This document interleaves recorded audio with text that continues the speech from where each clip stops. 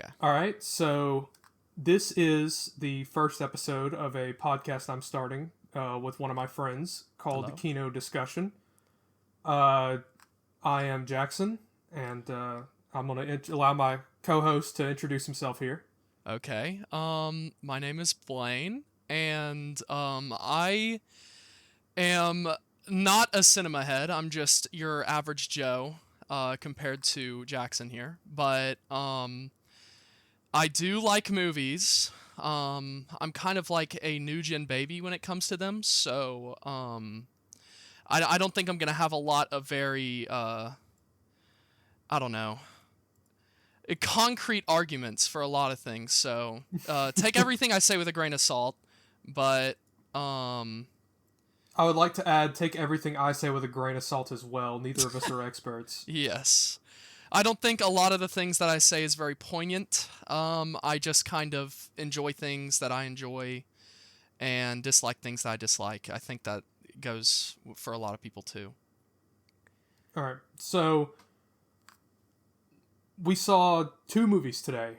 Yes. Um, this is the opening weekend of Joker 2 and Look Back. But before we get into the movies we saw today, I'd like to discuss the 2019 Joker film, the original, directed by Todd Phillips. Yes. And oh, you go first. No, that's okay. I was just gonna say that was the first rated R movie that I watched in theaters, Yeah. and it was I was terrified of it because I was like, when I was a wee chap, I was very scared of movies and rated R movies in particular. Mm-hmm. So I went and saw it with my stepsister, and yeah, that was basically it. Yeah, I noticed you had a pretty high rating of the film that Yeah. I don't. You had a high rating on Letterboxd that I don't think you hold currently. No, probably Um, not. So, when was the last time you rewatched this movie? Because I rewatched it, I believe, like 5 days ago. So, around that area. I Like, watched it. around the midweek. I believe I watched it last year. Okay. And I think the funny thing was is that I had to like start it on three different occasions because I was like I had such a cynical viewing of it where I was just like laughing at everything and like making fun of everything. Yeah. And I thought I needed like a more I don't know, not such a narcissistic viewpoint of the movie. So it took me a Okay. bit to watch it again, but I didn't think it was terrible last time I watched it. I All thought right. I held it in high regard. I don't think the movie is terrible per se, but I'm not terribly fond of it. Yeah. Uh, I guess I'll start. Acting, great all around. I think. Yeah. Everyone does their part well. Joaquin Joaquin Phoenix is the Phoenix. Yeah. Joker. He's great. Robert De Niro is what's the guy's name? I think Uh, he's an the talk insane show method host. actor too. Yeah.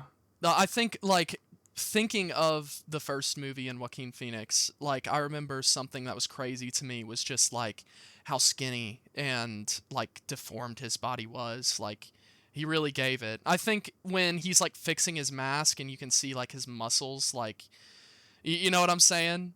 Yeah. Yeah. That's a standout for me. Yeah, I think that there's two scenes in the first Joker film that kind of stick out to me. The first being the scene where he goes to the comedy club Yeah. and he performs and he's like listening to the other jokes and he's like trying to write down what makes things funny. Mhm. There's like a bit where before he goes up stage and bombs, he's watching other comedians taking notes. And Yeah. it's the scramblings of like a lunatic. Yes. And there's like a bit where it's like he's laughing at all the wrong parts of the joke. He doesn't really understand how comedy itself works, and he's just like scrambling incoherent things like make joke about sex, people like it, it's funny. Yeah. And he's just like rambling and like he's flipping through his notepad and there's like pictures of pornography in there and stuff if I remember correctly. And there's just I think that really sets this like it's a great scene to show just how Fucked up he is. yeah, just how mentally deranged he is. Mhm. I think that's a great way to show that. and then the second scene being the bit where he gets on the talk show at the end with, is Oh it yeah, Murray? yeah, Is Murray. that Yeah, I think that's his that's name. easily that's easily the best scene in the Yeah, movie, I he think. got an Oscar for that, right? I am not entirely sure. I know it. Cause I he know it did. got nominated for Best Picture, Oh, but I thought it lost to Joaquin, Parasite, Mr. and Joaquin. people were very angry. Well, I Oh, say people. I oh, mean, comic book nerds were angry that a yeah, real movie won. yeah, But yeah, one thing I think, I guess this kind of moves into the sequel a little bit. mm-hmm. I always like the interpretation that the first film is the second half is like almost all fantasy. Yeah, Like I think there's the bit in, and I mean we're getting into the spoilers going mm-hmm. ahead, Mm-hmm. and there's a bit around, I think it's around the halfway point or maybe near like the last 40 minutes where he cracks, and he throws himself into the freezer, and he's like pulling Yeah, all this stuff out. And then after that scene, I think it's like right after he gets like the call from the talk his show. mother. Oh, oh, my bad. No, it's the guy from the talk show, and he's like, Mm-hmm. "Yeah, we want to have you on. Everybody thought your thing was really funny. Yada yada yada." All this stuff, and it seems like very delusional why the talk show host would have him on at that time. Yeah, And I'm like, this really does seem like one of his delusions, because earlier in the film they establish very early on where it's like, yeah, he has delusions. Like I think it's in the first 20 minutes that yes. he has a delusion of going on stage. It's very obvious that the girl he's talking to, he's having delusions about her, Mm-hmm. things like that. But Does, something that I don't like about Joker 2 is that, and I don't want to jump on ahead into that yet, mm-hmm. but just bringing it up is how it kind of just goes, yeah, well, everything that we saw in Joker 1 actually happened. Like, Yeah, except for the things that are obviously set up by the movie to be, yeah, this is a fake thing that he saw. Like, it kind of ruins a lot of, like, interpretation in that movie, I think. yeah. But to be fair, they kind of do that themselves. Mm-hmm. Going into my second point, or I guess this is the first big point for why I don't like the first film. The DC Comics tie-ins really kind of ruin it for me. Yeah. Well, Like, I really... I feel like can, those yeah, were go ahead. added. Like they were added just to ground it within like like a DC movie. Yeah. Its whole purpose. I think it's just one of those things where the movie, it feels like it would work better as just a story about this mentally insane guy who, through this, these crazy circumstances, becomes this icon of like anarchy and like Mm-hmm. screwing over the system that the people really relate with. Yeah. Like the average person really like relates to this guy and thinks what he's doing is like noble. Yes. But whenever you're adding like Thomas Wayne Yeah. and the origin of Bruce Wayne and Batman, and like Alfred is there, I think that's supposed to be Alfred the butler, Mm-hmm. and like, I don't know, it's very, I think the second you kind of introduce all of those things, I'm immediately going, okay, so like, if we're on that track, where's the Penguin? Where's Killer Killer Croc? Croc. Where Killer Croc at? What? Yeah. Where Or Goat. where are these dumb comic book things at? Mm-hmm. And I think I don't know, maybe if the movie was still it's about Joker, but you just don't Mm-hmm. have any of that Batman stuff, I think it still could have worked. Mm-hmm. But Wasn't the whole yeah, point of the first Joker just like low budget, like kind of just, oh, we're gonna make like a very crafty movie around Joker. yeah. I don't know. Not leading into the second one, but I think the second Uh-huh. one definitely like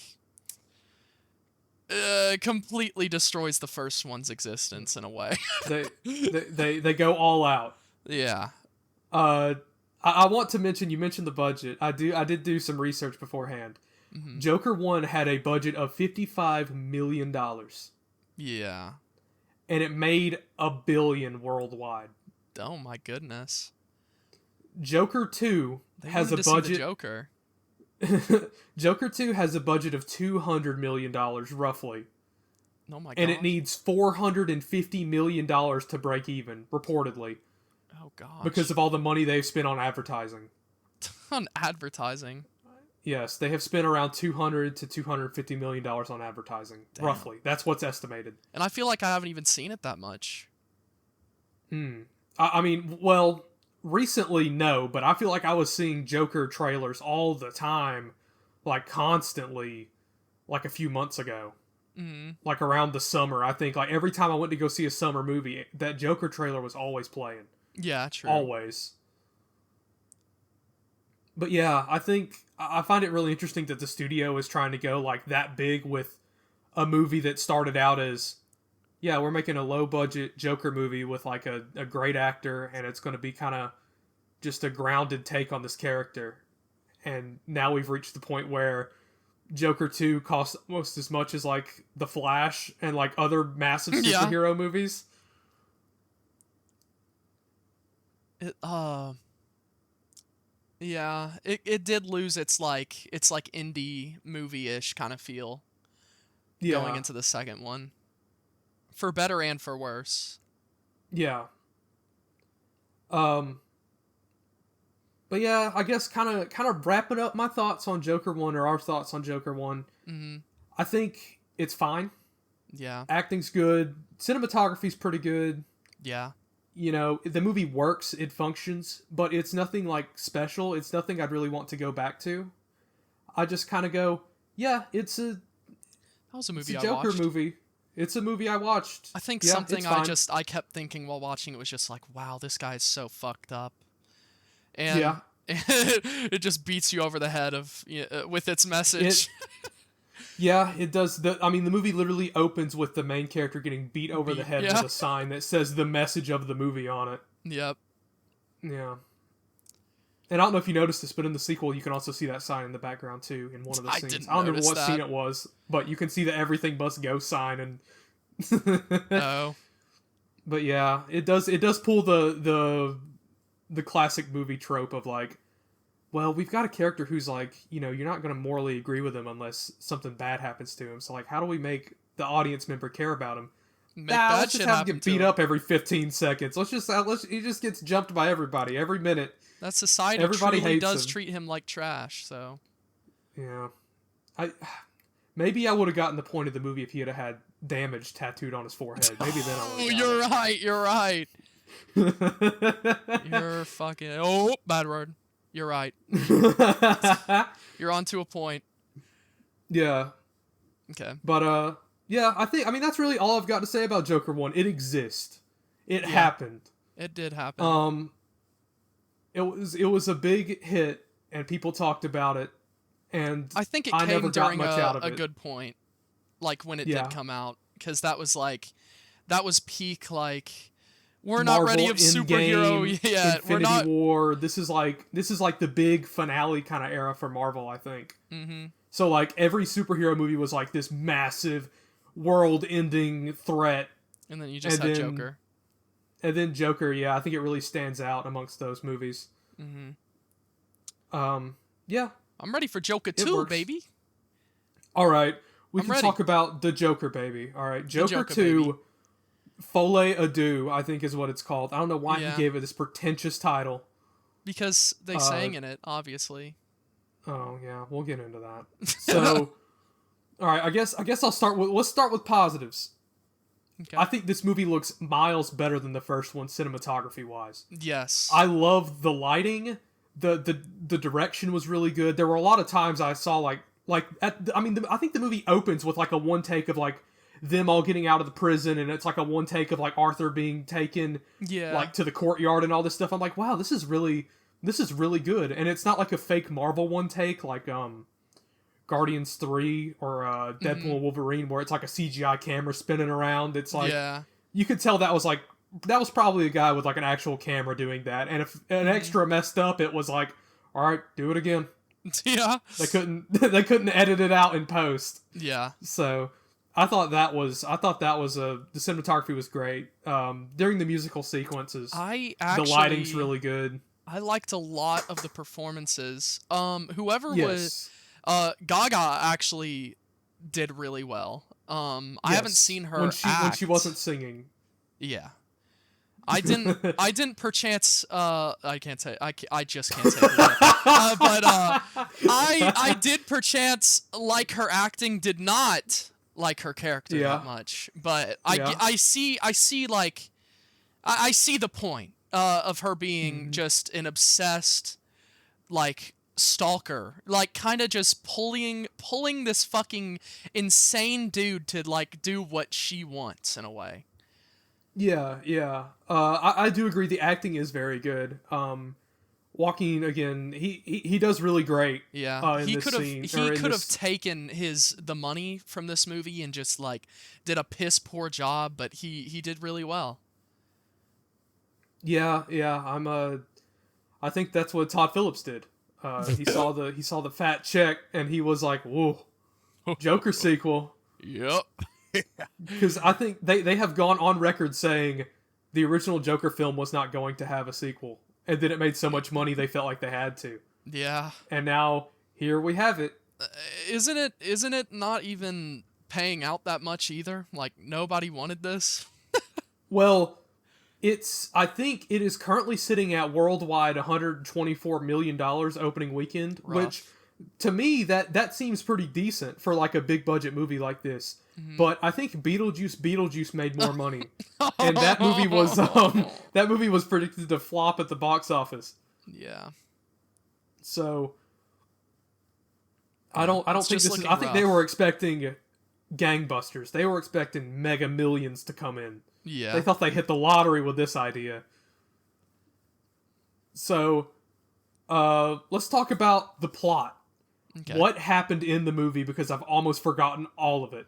I honestly agree. It opens with Arthur Fleck, and he's in jail after the events of Joker 1. He killed Murray, and he is like a symbol of anarchy to the people, like the end of the first movie. Mm-hmm. And so he has like all these supporters and things. He actually has like an actual good lady helping him as well. Like genuinely, for the benefit of him. The lawyer lady. Yeah, the lawyer lady. Which we don't see in the first movie. Mm-hmm. But he has his therapist. But doesn't she get like no funding her anymore? funding? Yeah, her funding gets cut, but like the first half, like she wishes she could help Arthur, but she just can't. I wouldn't say there's anything like malicious towards her, like not helping him, not like being his therapist anymore. Mm-hmm.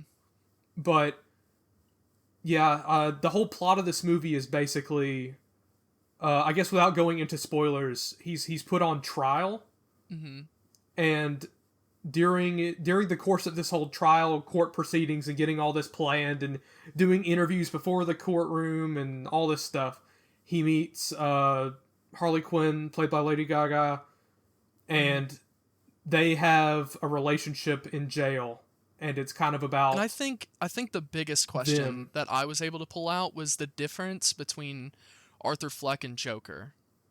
Mm-hmm. Obviously. Which I think is very strange because I guess we'll I mean, I don't know if this is quite spoilery, but just I mean, if you care about Joker 2, Folie Doo-Doo or whatever it's called, you can go watch it. But like, you don't have to. I wouldn't. This isn't a movie I would say, oh, you have to run out and watch it. And this also isn't a movie where I would say, someone oh, brought if you their get little spoilers, kid to the it's theater. going to ruin it. Well, yeah. There was a very there was a scene later in the film. I guess we'll just go spoilers. There's a scene very late in the film where there's an explosion that happens, and it goes dead silent because of the explosion and like the ear ringing sound effect and whatnot. Mm-hmm. But we just heard we heard some little baby go, "Is he okay?" in like the very front row of the theater, and we Yeah. both looked at each other and we're like, "Whoa, Yeah. a kid in here? Yeah. Like, wow." Because this movie, Very brave it's of some it's parent to it's bring their child to that. it's pretty intense. This movie. Yes. Um, but yeah, the plot is he's getting put on trial. He meets Harley Quinn, and it's kind of about Harley Quinn. I don't know, kind of grooming him to become the icon of anarchy instead of being the sad Arthur Fleck. Mm-hmm. And she really only romanticizes the Joker and wants to live in her fantasy with the Joker, but she can't. Yeah, I thought it was very apparent when she visited him in his cell, and she before they even started making out, she started putting on his makeup. I was like, I get it. I get it. Yeah, yeah, You don't want this yeah. That man. scene. Yeah, they okay. So I guess going in order, they meet at like this musical theater Therapy? class inside of the prison. Yeah, this kind of thing, like for like a correctional facility type thing. Yeah. And it's like they kind of hit it off, I guess. I don't know. It's like watching, two mentally ill people get into a relationship. So I can't really tell if they're in love with each other or not, or using each other for their own devices. I think Arthur is into He's her, clueless. and then I think she is kind of trying to lure out the Joker alter ego or whatever. Mm-hmm.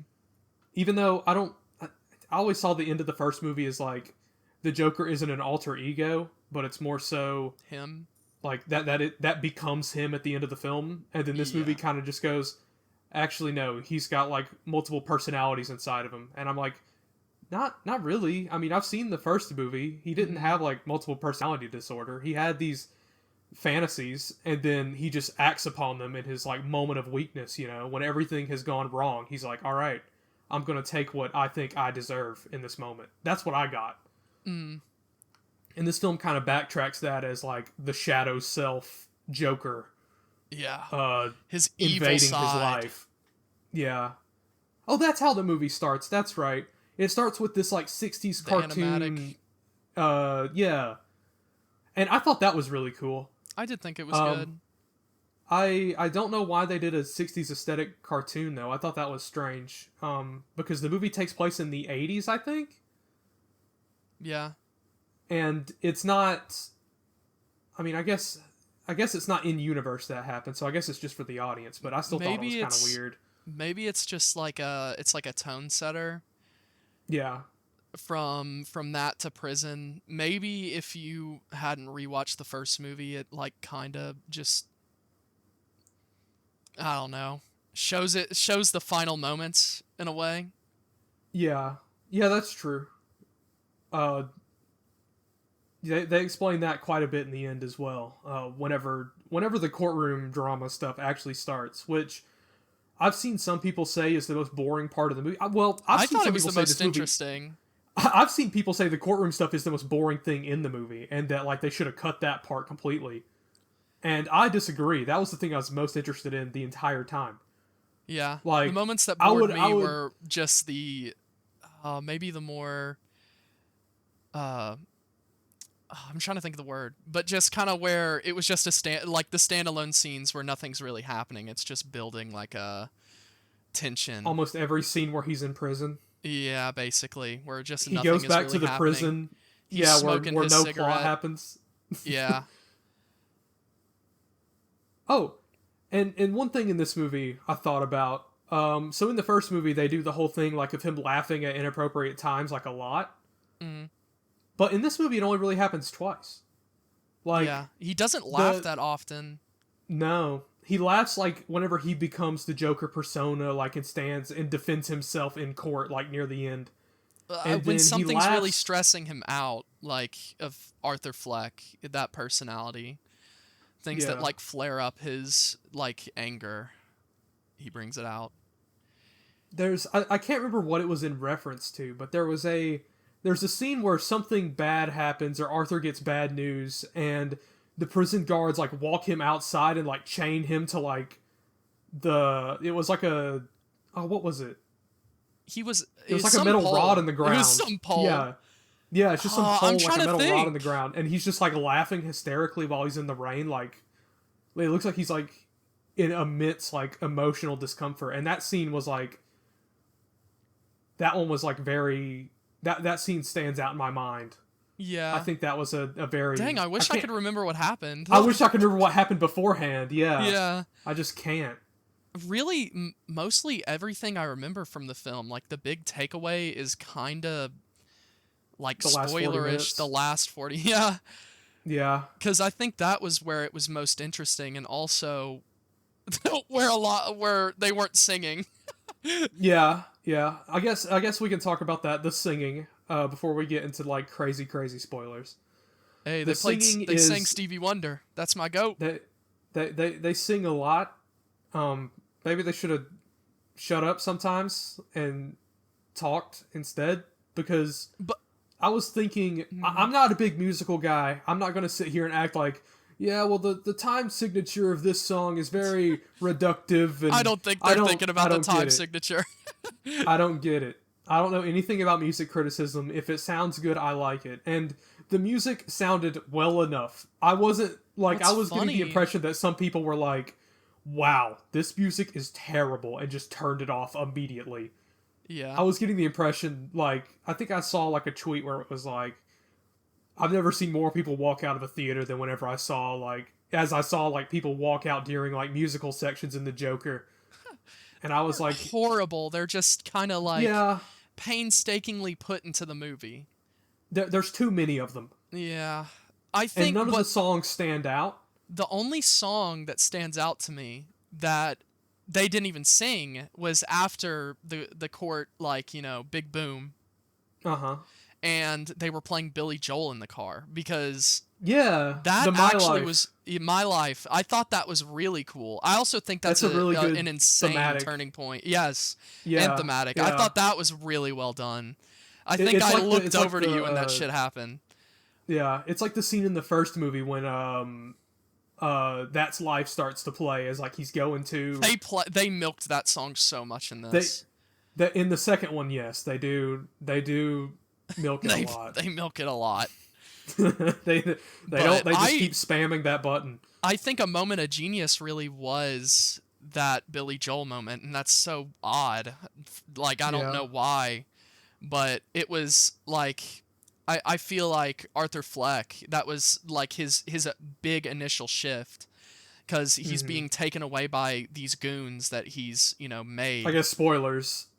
We're Oh getting into big yeah, spoilers now. sorry. This I can't remember much of the first part. This is the only thing I Yeah. can really think of. But when he's being taken away by his goons, and they're like, "Oh, we love you, man, we love you," and he's really noticing like how much his alter ego has Persona. caused so Yeah. much like pain and misery, Yeah. and almost like his old self is trying to is trying to drive him away to I don't know. I forget. It's trying to like stay in control. I see Yeah, what you stay in mean. I see control. what you Yeah. mean. But Yeah. it was him grabbing hold of his life and running away, and I thought that Hmm. was really cool. I guess walking it back a bit, the courtroom stuff, which is the only stuff I really remember from this movie and the stuff I found the most interesting, besides some scenes I'll bring up later that happen in the prison. No, There's they I brought just forgot characters everything. back from the first movie. They brought back the Yeah. lady in the apartment. I thought that was really Uh-huh. cool. I liked her scene too because that was the one where I think she was the one that was reading from his journal from the first movie, right? Was that her or No, was that someone no, else? she No, was that talking was a new about. character. That was a psychiatrist Yeah, like new she was character. talking about her his mom, Yeah, and that was making him that's like right. tweak out. Uh-huh. That was making him have like the uh the Joker moment where he's like, I'm gonna kill everybody in the courtroom, Yeah. yada yada. Which I mean, visually, it's one of the better scenes in the movie. It looks great. I like the set design whenever it goes into scenes like that during the musical and stuff. Yeah. If you look at the trailer, you can see a lot of the things that the movie just looks nice. It does. One thing I think one of the funniest takeaways was like how many cigarettes they smoke. And I mean, they probably Yes, smoke a cigarette every single scene. They every are scene. Yeah, they are pulling out cigarettes like nobody's business. And like I think sometimes it'll look really cool cuz like the lighting is very good in some scenes and you'll see like some cigarette smoke, but it's like come on, man. We got to I think I'm getting like lung cancer watching the movie. yeah, yeah. I the thing I remember the most is there's a scene where Harley Quinn goes and visits Joker in his like solitary confinement after he does something. I can't remember. I'm guessing he probably started singing more than Maybe more than likely. when he gets rid of the lawyer chick that like actually cared about him. No, that happens like an hour after that. I'm talking Oh. like this is like way early in the movie. This is like the first 30 minutes. Oh. There's like the first 40 minutes. There's like he meets Harley Quinn. He gets thrown into he gets thrown into solitary confinement after Harley Quinn sets fire to like the thing to set off a distraction to try and get him to like escape. Mm. I think, and somehow he is like labeled as like a bad influence on her, so he gets thrown in solitary, and she comes and visits him by like paying off the guard or something, Yeah, something and like that. then they have really really awkward sex inside of the prison cell, Yeah. and then the scene after that was probably my least favorite scene in the movie Yeah. because it's Harley Quinn. Uh, there's been truths revealed at this point. Harley Quinn is not who she says she is. She says that She's she grew up at the rich. same. Yeah, she said that she grew up on the same like street as Joker, and that she Her had an parents were abusive. abusive. Her parents were abusive, and she's in here because she's an arsonist who set fire to their thing, and her dad's dead, and all this stuff. But it turns out she's lying, Yes. and so She's Joker. rich. PhD Yeah, in psychology. yep, Stuff from like comics, but not yeah. right. And so Joker figures this out, and he's upset because he had been lied to, and he goes and he talks to her face to face, and it's one of those things where I saw Harley Quinn as like the audience stand-in at that moment, because she was like, yeah, I want to see the Joker. I want to see the Joker go crazy. I want to see him spark this revolution, and in Gotham through this trial, and I want to see all the horrible, awful, bad actors up in like the top 1%, get their comeuppance and get what they deserve, yada yada. And that's what I think a lot of the audience was thinking going into the film. They're like, well, yeah, he's got to get like revenge on all these people that have wronged him. Mm-hmm. And then it's revealed actually she's not that at all, and she's also inherently part of the problem. Yes. And I think that is the scene that made me angry, because I was like, I kind of liked what they were setting up with, like, yeah, this is what the audience wants, but you don't really want that to happen for like the character, because it would be bad for him like detrimentally. Mm-hmm. But then it's revealed in probably the funniest scene in the movie.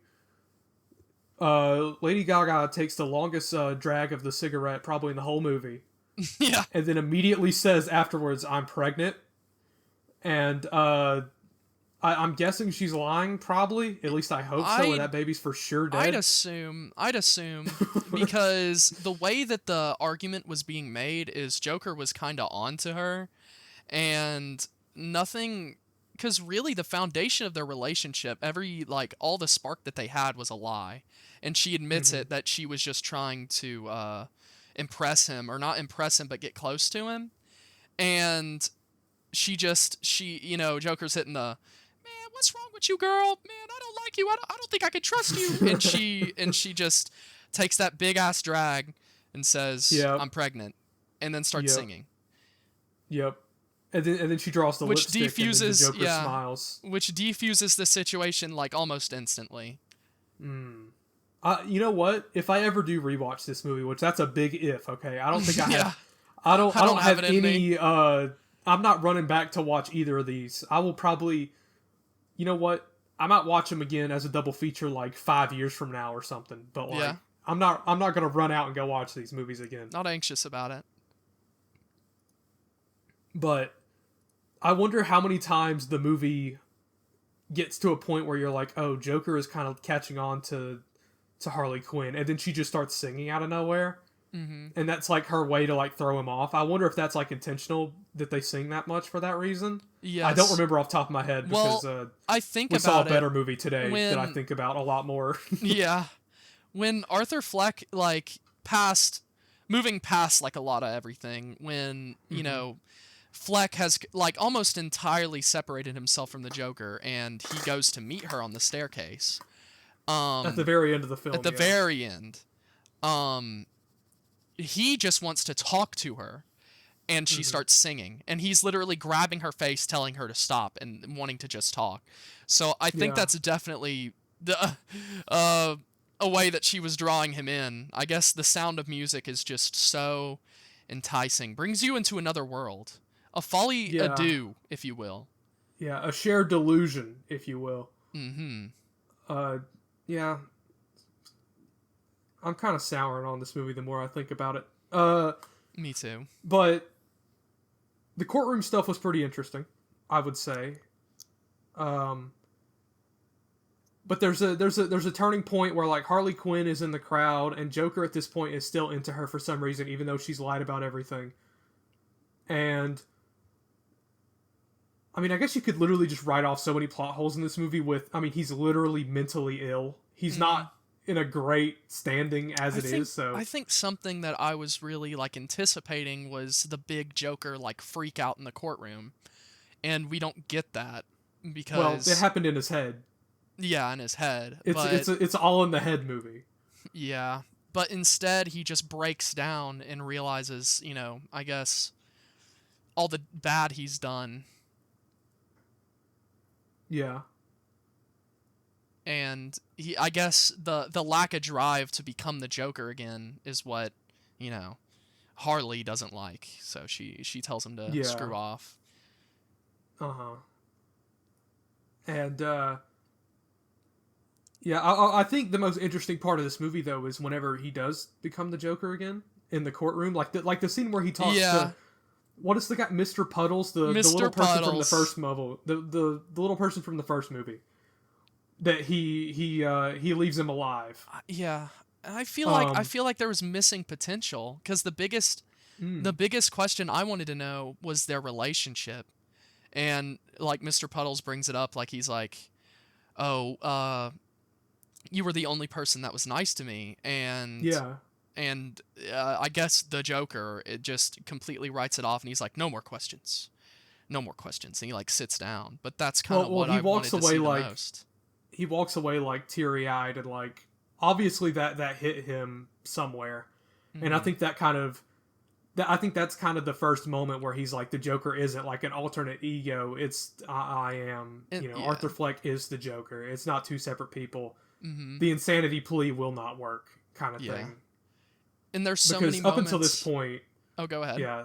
At this point in the movie, he had been with this like lawyer girl that was like, you're gonna plead insanity case and like double identity, all this stuff, and then eventually Harley kind of convinces him not to do that, so he gets rid of her, and he supports himself like in the full Joker makeup and everything, and he's again, I mean, Joaquin Phoenix does a great job acting in those scenes. I think those scenes are probably the most entertaining. Yes. I got to do a yes counter. I've just been hitting yes and mhms forever. I have as well. That's okay. It's okay. First episode. It's the first episode, and I think we're doing pretty decent. I don't even think we said the name of the show yet.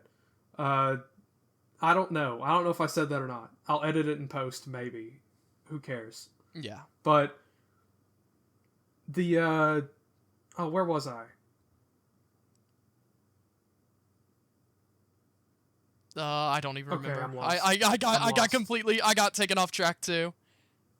There's a Harley Quinn convinces him to get rid of the thing, and he starts defending himself in court.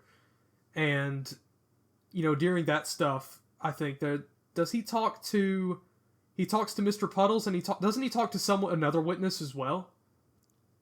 as like the. Um, Oh no, it's closing statements. It's closing statements. yeah, closing statements. Okay, but we haven't even talked. Harvey Dent is in the film, Two-Face, but this is Harvey Dent before he becomes like evil. Mm-hmm. So he's like still like a good lawyer guy, and I think he is the most uninteresting character in the whole movie. He's trying to over exude that like cool guy energy, I think, for a majority of like every scene he's in. He's just hitting the yup. Yeah, I mean he's Can I call my I don't know. witness to the stand? Yeah, Yeah, Joker shot and killed that guy, and I just don't feel safe. and then Yup. the courtroom lady stands up and she's like, "Yeah, well, did you know him personally? Did you personally know that he did it? Boom, case closed. He's crazy." Okay, something I realized is How do you know it wasn't the Joker doing that? How do you know it was Arthur? Eh? Yeah, but a Good lot of the defense, I scene, must say. I think the only thing like that was built up in the prison, it was what I was expecting was like a prison breakout, like some crazy stuff, because Joker after just going full makeup and everything in the courtroom, like riled up everybody in the prison, and Yeah. I guess one thing I did notice was the lady who was like in his apartment when she brought up like I should have arrested him there. Mm-hmm. He didn't like the Joker. I guess he was. I guess he was Arthur Fleck, and Yeah. in that courtroom. But he agreed with her, and that might have been like a start of like where I guess he like put like seeding doubt in his mind. Yeah.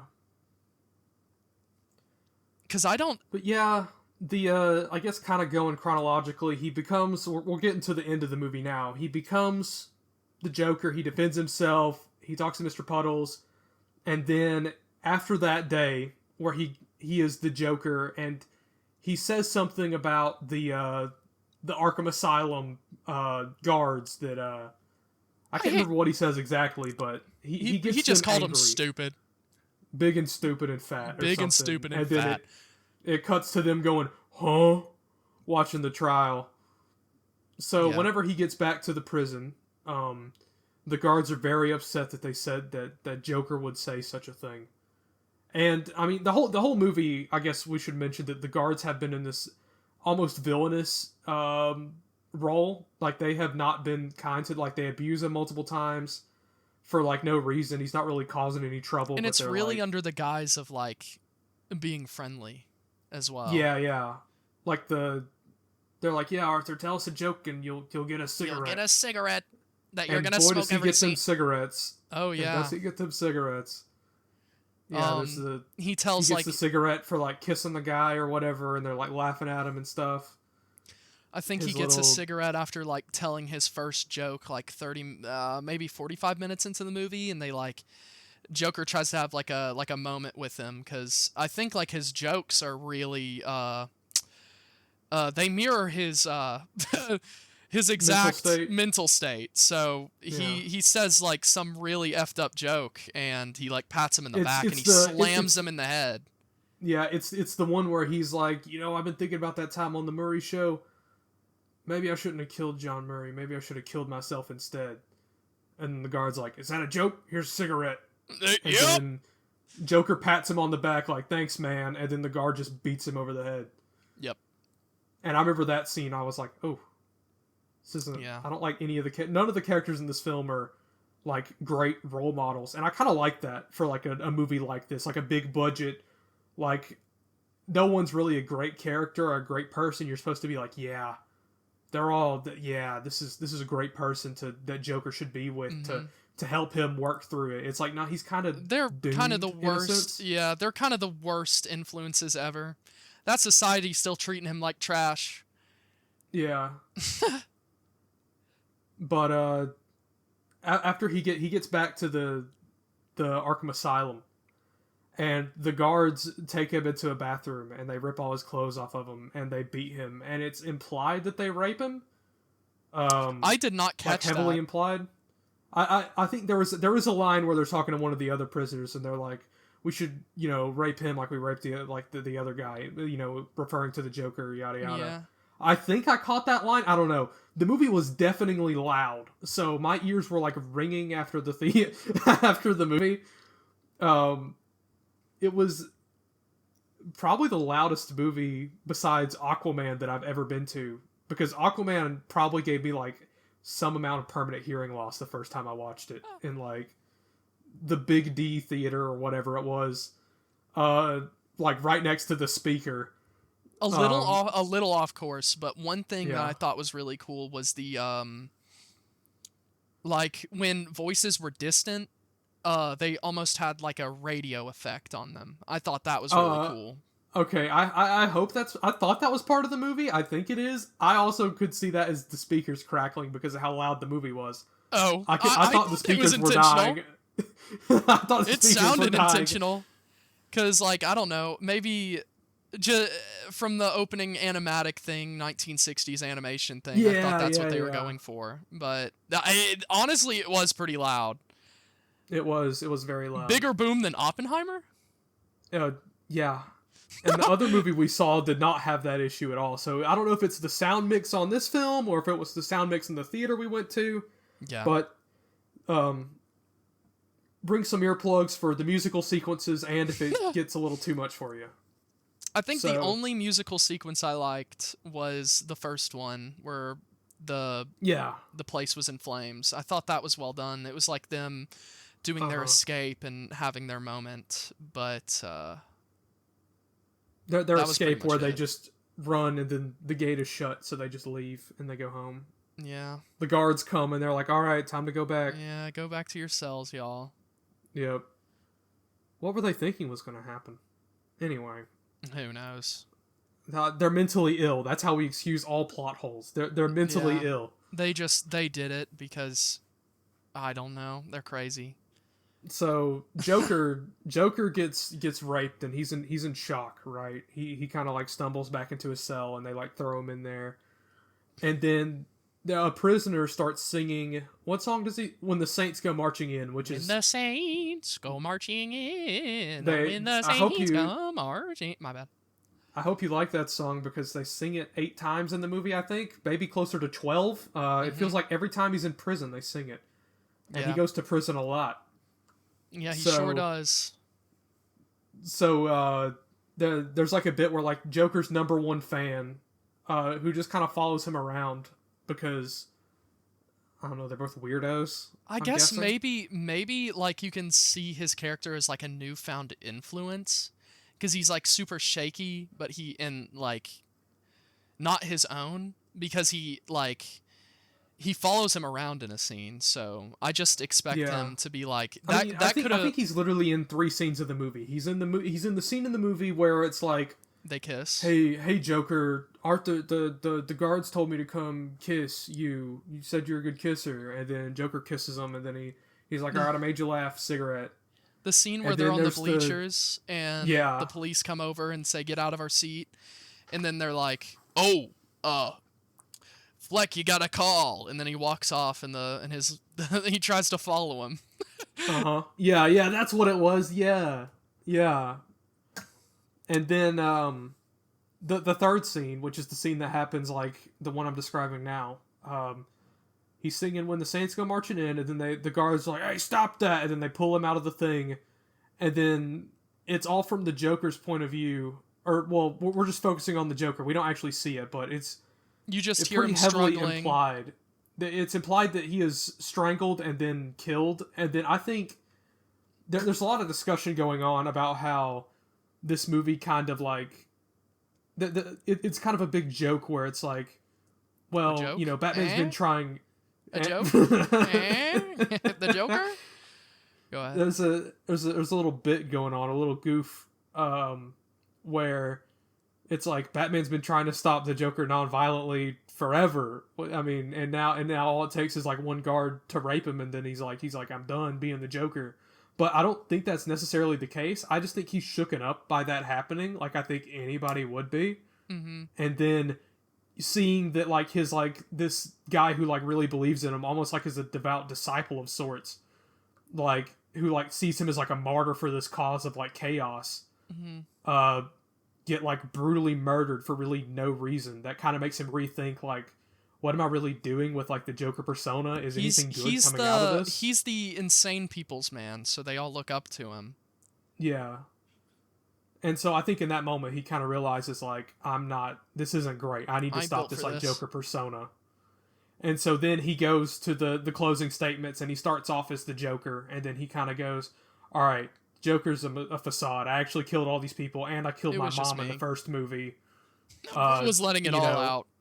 Yeah. He airs it all out, everything, every last detail, and then the bomb goes off, and then And some ear-ringing. Joker Little people baby in the find him. theater says, The little "Is he baby okay?" in the theater. Yep. Mm-hmm. And then he gets taken by these like Joker people, and then he's like, I'm not gonna be Joker anymore. I'm gonna reclaim control of my life.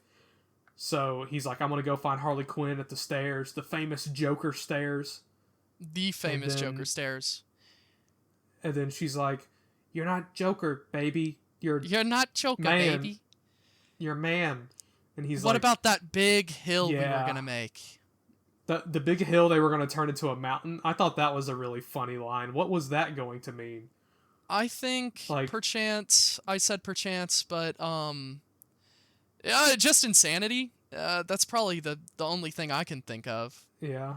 The I plan always from thought the it was beginning like- was them just I don't know. I thought it was like they're gonna turn this hill of like a trial into like the mountain of like overthrowing corrupt Gotham. Like, this is just the stepping stone. This is just the beginning. I don't even think Kind they of were thing? thinking that hard. I think they just genuinely. Harley was definitely on the side of like just causing mass insanity. That's like she was setting shit on fire. I don't know. Her character, the where it falls flat is like we don't really know why besides her obsession, and I think it's interesting, but if it really wasn't, if she didn't have such a background like Joker did, and all she does is walk up to him and sing to him and make him go crazy, I just can't. I don't feel like the weight, like you know. I kind of get what you're saying. Yeah, she's not as complex as a character as the Joker, and the film really focuses in on her, Mm-hmm. and it doesn't have much to say, I think. Yeah. If that's what you're trying to say, I think that's what you're kind of sorta, going kinda. for. Okay. But yeah, I guess going to like the very end of the movie, Joker goes back to jail, and then His death trial was like that day. yeah, Or not death trial, but literally him getting electric chaired was that day. was it going to be that day he was going to die? I'm certain, I think, maybe. Okay, Actually, all right. maybe not. I don't know. It was looking rough Whatever. for him.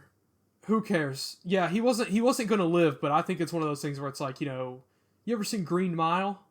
Like the dudes were on Mile? death row for a bit before they're electrocuted. Okay. That's like a movie about death row. It's really good. I will haven't keep seen that it. one in mind that you haven't seen that movie. I'll keep that Okay. in mind. But yeah, so I don't think he was going to die like that day. Like, I don't think they were going to summon it in it, like say you're guilty and then kill him immediately. I think it was going to be like, he was going to be like a few years on death row and whatnot. But this is the end of the movie is some random guy who we haven't seen before goes to the Joker and he's like, "Hey man, big fan." And Arthur Fleck is like, "Yeah, I'm not the Joker. You know that. Like, I'm like, I'm a guy. I'm not the Joker." And then he's like, "Let me tell you a joke." You have a second for a And joke? then It'll be quick. it'll be quick. That was the line. And then it's something about like, so this psychiatrist guy walks into a bar and he sees this Joker. He sees this clown and he's like, "Wow, you're a drunk clown." Yada yada. I used to see you on TV. How depressing. Yeah. how depressing. And then the bit is he says, I get what you deserve. And then he starts to stab himself. He starts to stab Joker. So this random inmate that we've never seen before just starts repeatedly stabbing Joker. And then I guess Arthur Fleck, sorry. Like, the Joker persona is not real yet. Now that I think about it, I think we saw the inmate before. Did we? What scene was he in? Okay, when he first sings the Stevie Wonder song For Once in My Life and he's singing around, there's one guy in the back that's like evil eyeing him. And I swear that could be him. It could, because I was trying to think of the significance of this stupid dude just hitting him with that stank eye, but it could have been him. I can't remember. I just remember the guards weren't into it.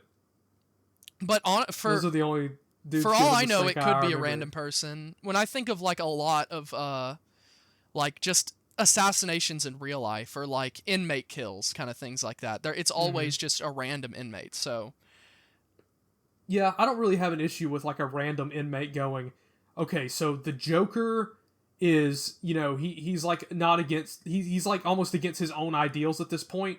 So I have to stop him and become the new Joker, which I think is kind of what's implied by the ending. Because yeah, absolutely. In the background, you can see him giggling. like cutting his mouth. He's cutting his mouth like the Joker. Yeah. To like smile. So I'm like, he's gonna try and pick up the mantle. It was either cutting or he was rubbing the blood to do the smile. Yeah, it was one or the other. He was doing something that involved the Joker smile. But yeah, and then the movie ends, and then I walked out of the theater, and I said, yeah, it wasn't as bad as people said. And I still think I stand by that. I don't think the movie's horrible. Yeah. I was expecting a dumpster fire. When I would look at like Letterboxd reviews, they were getting like reviews that were similar to like Deadpool and Wolverine, like when we watched it. I was expecting something along the level of Batman v Superman or like Suicide Squad, and I saw just like a middle of the road. Yeah, I saw it okay. Like it was a fine movie. Mm-hmm. But yeah, I think that's really all I've got to say on this movie. I mean, it's a really interesting sequel because it kind of like hates the original in a way and kind of ruins it, but at the same time, I don't really care that much about the original, so I find that really interesting. Yeah. So the thing that's interesting, I guess, is like, to me, the big takeaway for me that I thought was interesting was Arthur Fleck, battling with his, am I the Joker kind of thing.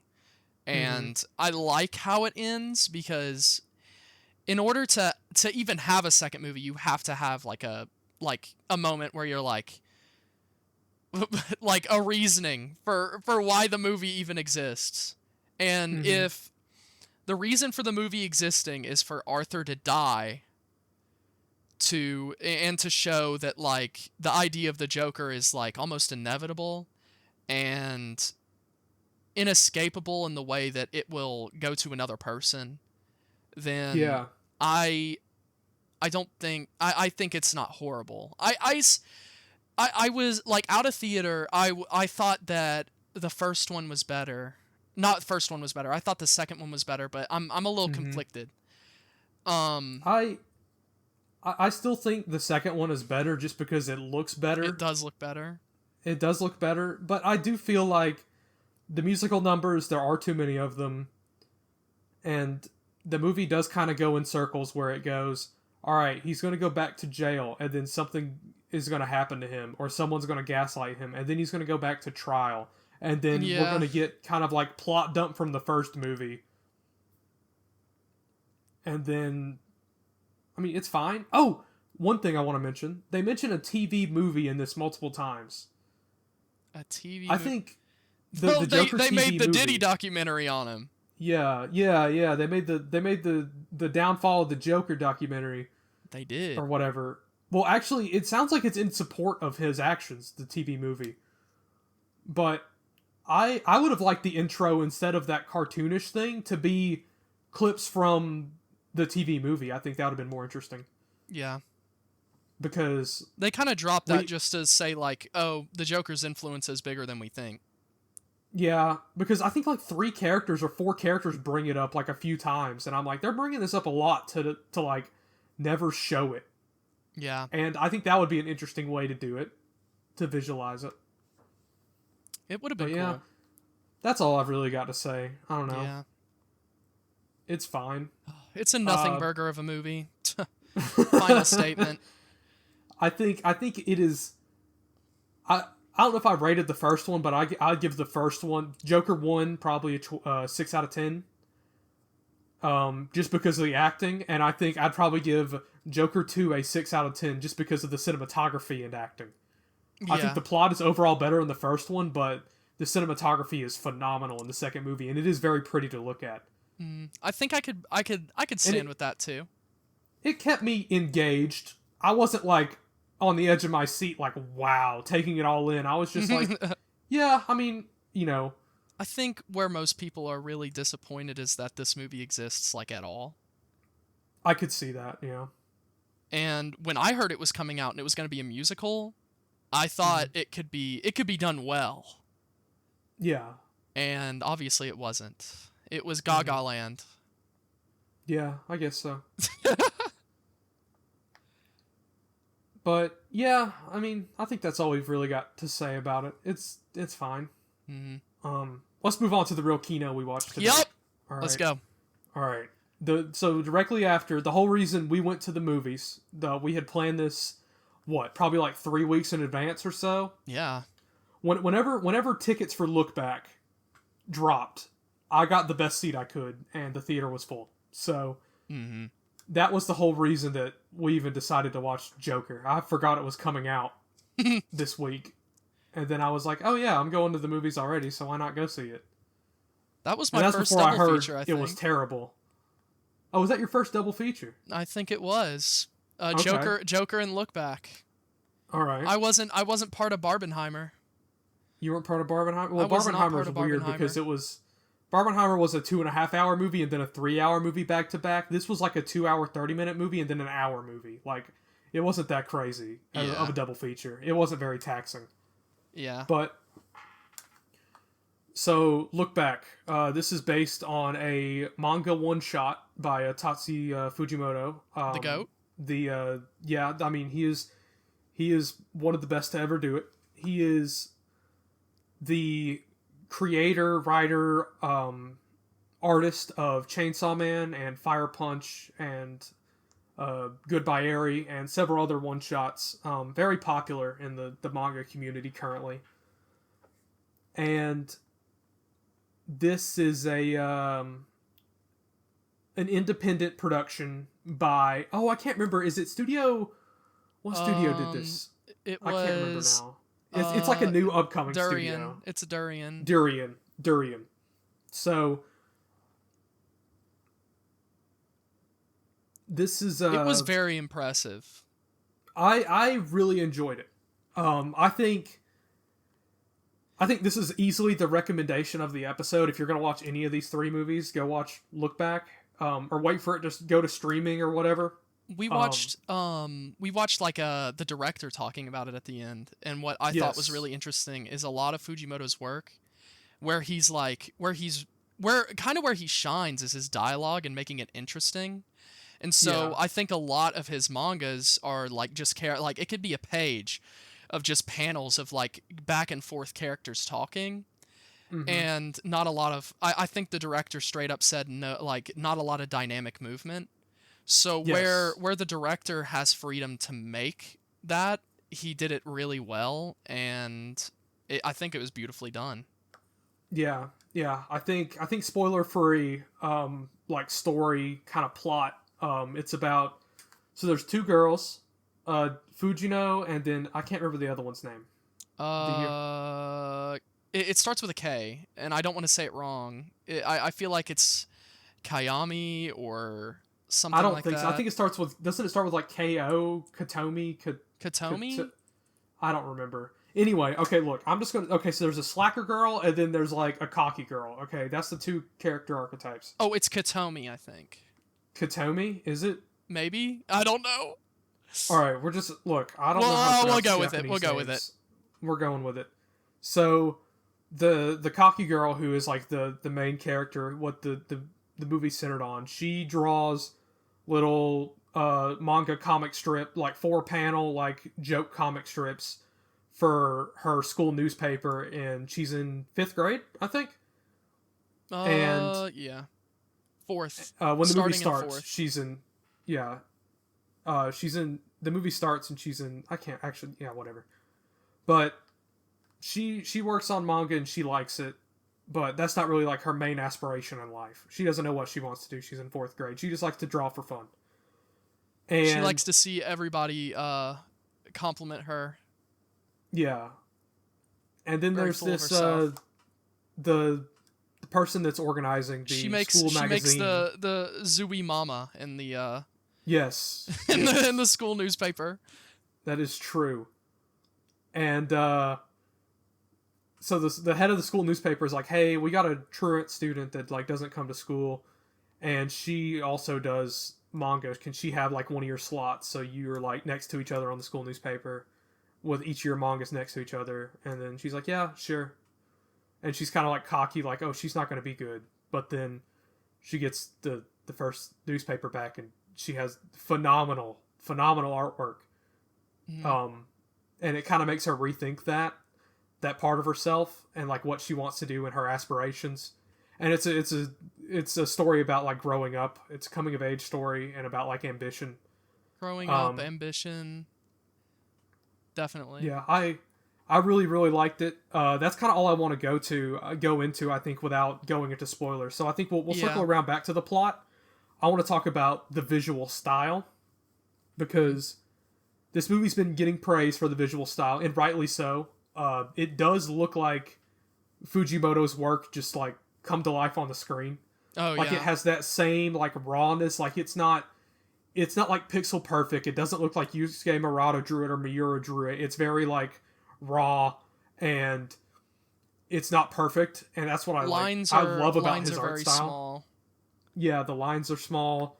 The cross hitching in the environment, like the shading style, I like It's it. like a comic in a way. Uh, it is very interesting. It is. And something I want to mention to you is I've seen a lot of people bring up the fact that they want the Chainsaw Man anime to look like this, and we're both very big fans of Chainsaw Man, and I Okay. would say we're both positive on the anime. Yes. And I'm curious as to what your thoughts of, the reaction of the Chainsaw Man anime should look more like this. What do you think of that? So I think anime is always up for interpretation. It's usually typically the designs that they pick, they want them to be like, profitable, if that makes sense. Like to be able to make Mm-hmm. T-shirts and stuff like that. Like you go to Hot Yeah. Topic, so many Chainsaw Man, Jujutsu Kaisen stuff like that. And I Mm-hmm. think I'm completely fine with it switching up art styles, but I don't think it needs to match Fujimoto. Like Yeah. I think when they're sitting there in that drawing board making character design, I don't know who did it in the first season, but I I think can't remember off the all top of they my need, head. literally all they need to do is just make it fucking cool. Like, Yeah, come on. that's fair. I That's fair. I can't really I mean, it would be cool if it was more Fujimoto.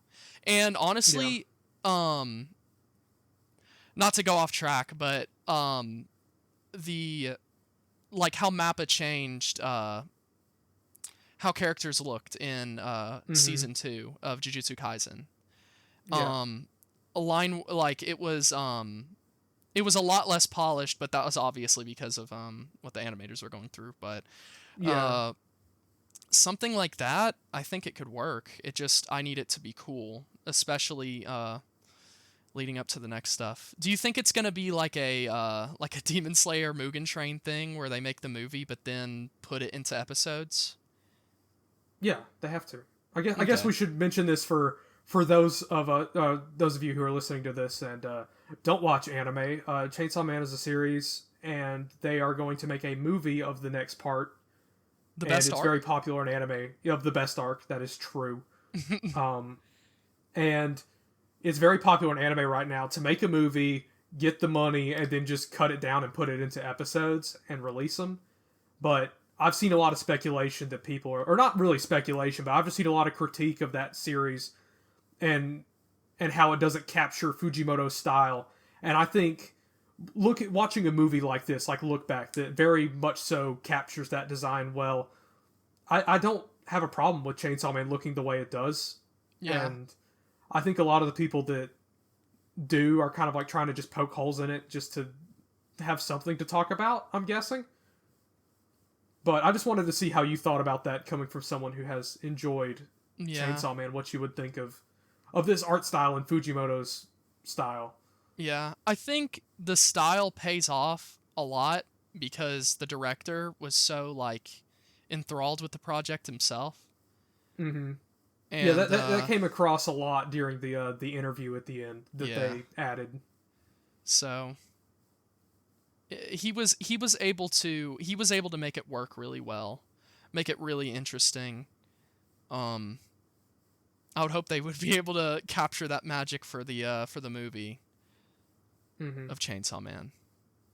I think they will. If it's really good, it's good. Yeah, but moving on.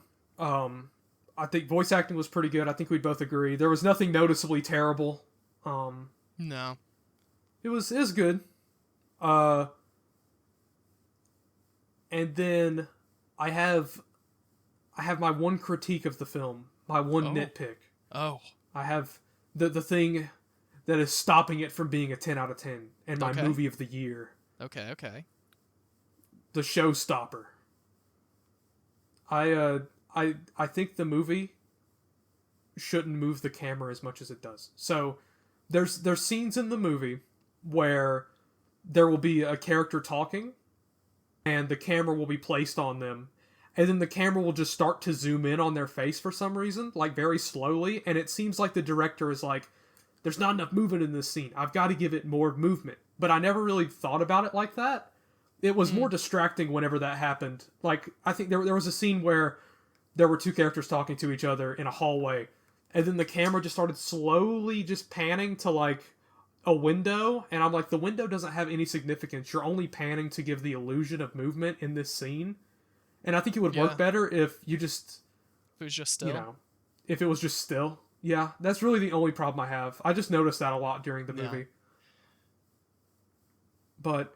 yeah, I guess moving on to the plot now. So Slacker Girl, she kind of after seeing this great art from this truant shut-in girl, she's kind of like, I don't want to be an artist anymore. I don't want to do it. Or no, at the beginning she's like, I'm going to be better than you. Which I think that does come from Fujimoto's personal experience. I believe I read in an interview once where he was talking about back whenever he was first in art school, he would like sit in the back of the classroom and he would watch all these people that were far more talented than him, like, well, in his words, more talented than him, like drawing all these things. And he would go, all right, I got to do better than these people. And that was kind of like a big part of his motivation, was like that competitive aspect. And that's where the main character, this cocky, arrogant girl, kind of gets her motivation as well, as I'm going to be better than, like, my competition. Yeah. And so from there, she spends a whole year learning how to draw, basically being a shut-in. And people kind of start to worry about her. And so... I can't remember what the straw that breaks the camel's back is, but she decides to quit. So, what she focused on was like characters. Anatomy. Yes. And so I'm a manga reader, okay? I'm a little bit of a geek. I think we both are, obviously. Yeah. But, you read more than I do, I think, though. Maybe, I don't know. At least currently. I haven't read in a bit. I'm behind on, like, it takes a lot of effort for me to, like, get enthralled into a series again. So I've been doing a lot of rereads, but one big thing, especially in manga, is background drawers, like assistants. Yes. and the people that draw like the foreground and like the characters and all the dynamic move. I said that twice, so check mark me. But uh I think what happened is she finally drew a comic. She saw the background art that she paneled next Hmm. to hers, and she just said that she quit. Okay. Yeah. So she's done, but and she kind of starts to live her own life. She goes to karate with her sister, spends more time with her family, all this stuff. And then she goes she's called in by her teacher, and he's like, "Hey, can you do me one last favor since it's graduation day? Could you go deliver the diploma to the truant student that can't come in, the shut in?" And she's like, "All right, fine, I'll go do it." And she goes and delivers it, and she, let me think. Does Are she we draw are the we gonna four are panel we gonna comic there? No, Oh wait, she what were you draws. saying? Oh, are we gonna go like deep into plot, like spoilers and stuff, or are we just gonna like I think cut off we're at in a certain spoilers point? now. We're in We're in spoilers now. spoilers now. Yeah. Okay. I'm trying to get to like the point of the movie. We're almost there, and then we can talk Okay. about the themes, and then we can talk about the twist and yada yada. Okay. Okay. So I yeah, think there she drew a comic making fun of her, and it slipped under the door on accident. okay. I just couldn't remember if she drew it there or if she drew it beforehand. No, But she saw the 4 panel page on one of her drawing books. yeah, okay. One of the shut-ins. Oh no, it was her drawing books because the shut-in was such a big fan. She had like taken her old ones. I'm Hmm. assuming. I think Yeah, that's what happened. something like But that. yeah, in the manga, it's not as obvious that they're hers from what I remember. I always thought that it was just the truant's drawing books, and whenever she went up there, she was shocked at, wow, she draws so much more than me. Look at how more full her books are, and look at how much more stuff she's written. But in the movie, it's kind of more obvious that it could be the main character's drawing books that she tells her mom to throw out. Hmm. But she draws this 4 panel comic about, it's like a shut in. It's the shut in Olympics, and there's like two groups of people. One of them saying to come out, one of them saying to stay locked in. Hmm. And then it shows like a comical the shut in Skeleton and character, bones. yeah, Skeleton and Bones as like the shut in character, and then she drops it and it flies under the door, and so she drops off the diploma and runs away, and then the shut in girl runs after her, and then they meet each other, and it turns out that the shut in girl is a massive fan, obsessive about this girl's work. And from there, the movie is about their friendship and them kind of like starting a manga together or doing one shots and, Yeah. making some money, winning competition. It's just kind of like a slice of life. Like nothing, there's no real big crazy plot. The shut-in gets to go out more, and they enjoy each other's company and become like genuine good friends. Yeah. It's pretty heartwarming. But what I want to talk about is like what the movie kind of means at this point, because it's like I always saw it as the the the cocky outgoing girl is like she's drawing these like 4 panel like haha I'm just trying to make the class laugh, that's all she's really going for. And then this other girl is doing like these like really artistic like classroom at sunset like backgrounds that like evoke some like sense of emotion. And it's seeing how these like two different art forms, and well, not different art forms, but these two different pieces of art in the same art form influence like the artist. Yeah. And I kind of see as like Fujimoto is kind of like, I make, he made Fire Punch, and it wasn't this mega hit. It's very out there. But then he made Chainsaw Man, and that was more of a hit because it's still out there, but it's more digestible than Fire Punch is to the average audience member. Yeah. And I think that the reception to Chainsaw Man really surprised him because Oh yeah, and if you're a Fujimoto fan, this movie has tons of Easter eggs about Chainsaw Man. you will, and his other works And as his well. other Goodbye, works. Eri. Yeah. No I Fire didn't notice Punch. anything from Fire Punch. I didn't Yeah, notice anything I from didn't Fire notice Punch. anything either. I feel like I got slided. Yeah, I don't think I don't know. I don't think that would have As been the marketable. as the number one Fire Punch enjoyer, I feel like I, as a fan, was slighted by this film. But nah, it's what was I saying? I'm losing my train of thought. It's I okay. gotta do better at that. It's about him kind of like coming to terms with like how popular Chainsaw Man is. Like I think that's what the movie's about, and I find it really interesting because it's one of those things where Chainsaw Man, I don't think he could have expected the reaction it had, like in culture. Like it's huge, right? Yeah. Like in America, it's pretty big. In Japan, it's really big. People all around kind of love it. You know, whenever a new chapter comes out, it's like the top of Twitter trending. People are always talking about it. It's very big, and it's one of those things where that series like changed my life.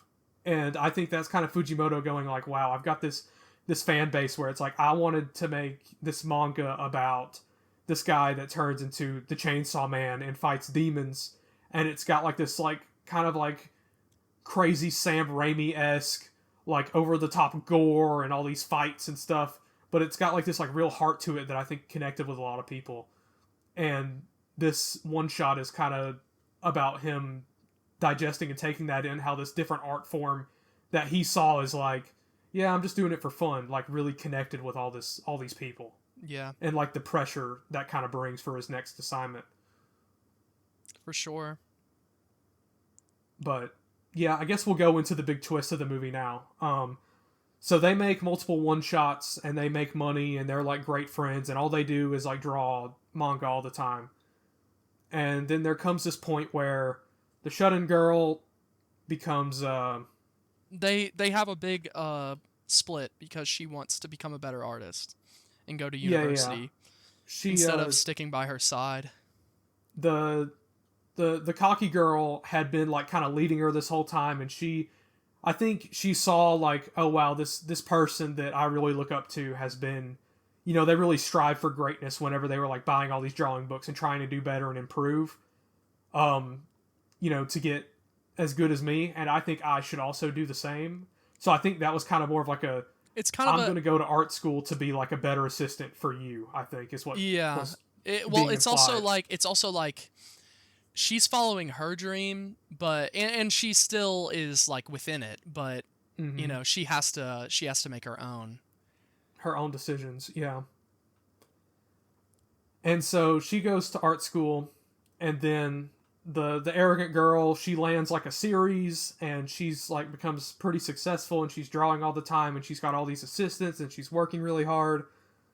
And then one day on the news, she just happens to overhear that at the art school that her friend goes to, there was like a mass murder, Mm, um, and she gets a phone call, and her friend is dead, and it kind of makes her rethink what she like where she is in life and what you would consider success and all the good things that like happen in your life and whatnot. And yeah, the movie becomes pretty emotional at this yeah. moment.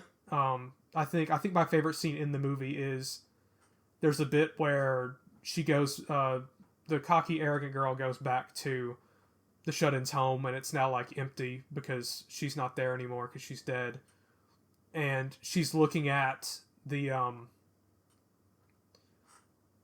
she's like envisioning like, what if I didn't give her, what if that comic didn't slip under the thing, or what if, you know, what if she was persuaded to just stay inside and not go out and meet me, Yeah. she'd still be alive today. And she kind of creates this like Her own fake getaway reality, fantasy. her own like fantasy where it's like she's alive and we meet each other later in life, and we become great friends and we work on this manga together and it's awesome. And I think that's probably the best scene in the movie because it's like I think anybody can relate to that, of Yeah. like you make a mistake and you're like, man, I wish I could have done that better. But Uh, like, I mean, we don't, I think in moments like that we don't know we're making mistakes, mhm. and you can't really beat yourself up over stuff like that. And I think the movie doesn't like explicitly say like, yeah, she's wrong for thinking this way. Like, yeah, you were right for having a great time with, like she was morally correct for bringing the shut in out into public, and they had a great time and they had a great friendship, and it was just this, horrible act of, just this accident that this just so happened to, Yeah. go this way. I think another thing is, like, accidents happen and there's no telling what can happen in the future. Mm-hmm. And certain friends can't, they won't be in your life forever because of, their own identity, and also, life itself, as tragic Yeah. as it may be. But I don't know. It's kind of, I really don't think, like as far as plot synopsis goes, that last part of the film, you kind of just have to see it for yourself, because it's so well done. Yeah, I mean, it's really great. I mean, that's what really got me emotional. I started tearing up in the first scene of the movie just because I knew what was You going knew? to happen. I knew. I've I guess I'm a we I should love preface, Fujimoto, but I never read Look Back. I read Goodbye Eri. I've read Fire Punch. I've read Chainsaw Man. Um, but I guess I was just saving Look Back for the movie. Yeah, And I was not disappointed. yeah. I think it's great. It's very powerful. I really enjoyed it, and I think it's something that, like, if you're a creative or you like, you know, looking into creatives or things like that, like if you like looking into directors and artists and stuff, I think it's a very interesting movie to see how they can feel about their own works. Yeah. I think it's great. I think I'm going to give it a 9 out of 10, and I think it's my second favorite movie of the year, right under Dune Part 2. Oh, yeah. I'm probably in the exact same boat. Yeah. I don't really have a differing opinion. What? Yeah, I'm with you. 9 out of 10. This is the first episode of the podcast, and we agree on everything. We're I supposed to be know. at each other's throats. We're at a twofer. We're at a twofer right now. Yep. So, I guess to add some kind of structure, this episode's run a bit longer than I was expecting. So, Yeah. at the end of every episode, we're both going to recommend a movie. We will give overall spoiler-free thoughts in the next episode, and then we will talk more in-depth spoilery.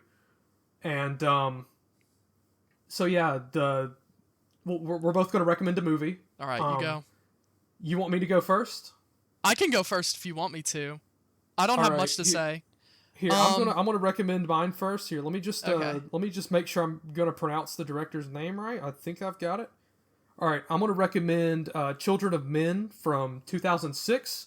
It's directed by Alfonso Cuarón. No. Children of Men. All have right. you ever heard of this movie? Or seen it or something? I have not, so... Okay, all right. You're in for a treat. Okay. So, your recommendation. So, I was thinking, this is going to be a bad movie, but I haven't seen it, and I think it's a sequel. Oh. And so I think we could talk about the first one, Okay, and then I'm get down. to the second one kind of thing. But All right. I recommend Joker 2. American Psycho 2, All American Yes! Girl by Morgan J. Freeman. Yes. All right. I haven't seen it. I like American Psycho. There we go. I adore that movie, and All right. I've read the book. All right. So Yeah, you I can think, talk about that. I haven't read the book. So. book. You know what? I'll save it. But Okay. the second movie, I've heard overwhelmingly positive reviews of it. I think it's probably in everyone's top 10. And I'm just checking Letterboxd right now. The American Psycho 1 has a 3.8 out of 5. American Psycho 2 is currently sitting at a 1.6. So I think we're in for a treat. I think we are. All right. And I know about this movie. I have seen this before, so I'm very excited to see your. Why have I seen it? Oh no. Oh. I think something I heard about it. I think all I know about it is that they tried to get Megan Fox as like the lead, but they I couldn't. didn't know that. I might be lying out of my teeth, but I think that's what they were trying to do, but she couldn't somehow. And All so they right. settled for some other lady. Yeah, whoever this is. I'm excited to see it. I want Okay. to know because I think where the first movie is, it's like It's a classic. it's a classic and there's a point and I'd like to see what all the fuss is about. Hmm.